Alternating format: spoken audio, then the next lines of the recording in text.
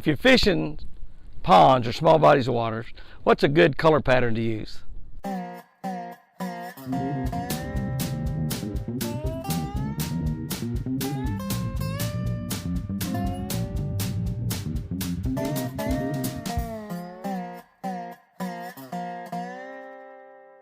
Good morning, guys and girls. Good morning. December 23. Ho, ho, ho. We're getting very close to Christmas. You know, I've mentioned it before, but you got to remember that Jesus is the reason for the season. That's exactly right. This is all about the birth of Jesus Christ. We've got to a point now where there are probably kids that don't even know why we celebrate Jesus. Maybe adults that don't know why we celebrate Christmas. We celebrate Christmas because we're celebrating the birth of Jesus Christ. How important with that? It's God's Son. It's God Himself come to earth, Jesus Christ. And I'll tell you something about how important that is to mankind, even the people that don't believe in Jesus. That's how we keep our time. That's how we keep our time. That's how it started. You know, you have AD and BC.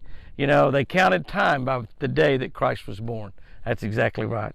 All right, we're December 23. We're going to look at Acts 17:25. By the way, if you are reading or listening to this daily devotional and you're not subscribed to the Catch of the Day channel, please do that. Please do that. There's got about 10,000 people subscribed over there. We got about another 10 to 25,000 a day that listen to this devotional every morning, get a fishing tip every morning, a scripture from God every morning. But if you're not subscribed to the Catch of the Day channel on YouTube, absolutely free. If you're not subscribed to that channel, even if you're over on Facebook, be sure to subscribe to the channel. Hit that little bell. Hit that little bell on there. That way it'll ding every time we put up a video, which is every single day. We post this at 5 o'clock Central Time. Okay, we're going to be looking at Acts 17:25. Acts 17:25. This God is the one who gives life, breath, and everything else to people. We could stop right there, but it doesn't. This God is the one who gives life, breath, and everything else to people. He does not need any help from them. He has everything he needs.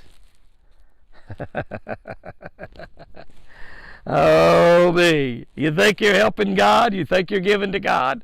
God has everything he needs. Oh, I'm tithing every week.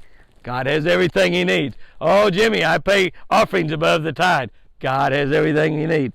Oh, Jimmy, I usher at the church. I Sunday school teach. I play in the praise band. God has everything he needs. That's right, yeah. And see what I wrote about that? We serve a God who doesn't really need us.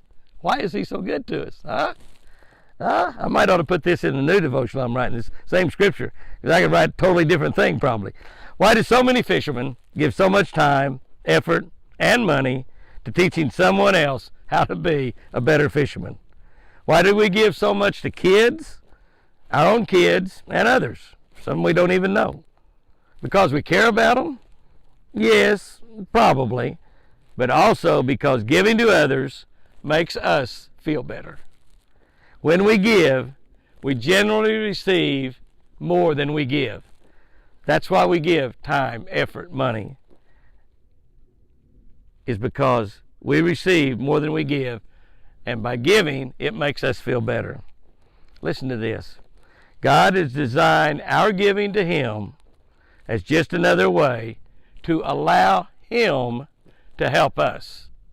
So when we give to God, to the guy that does the tithes and offering, to the guy that plays in the praise band or ushers, to the guy that helps the kids learn how to fish, God has designed our giving to Him as just another way to allow Him to help us.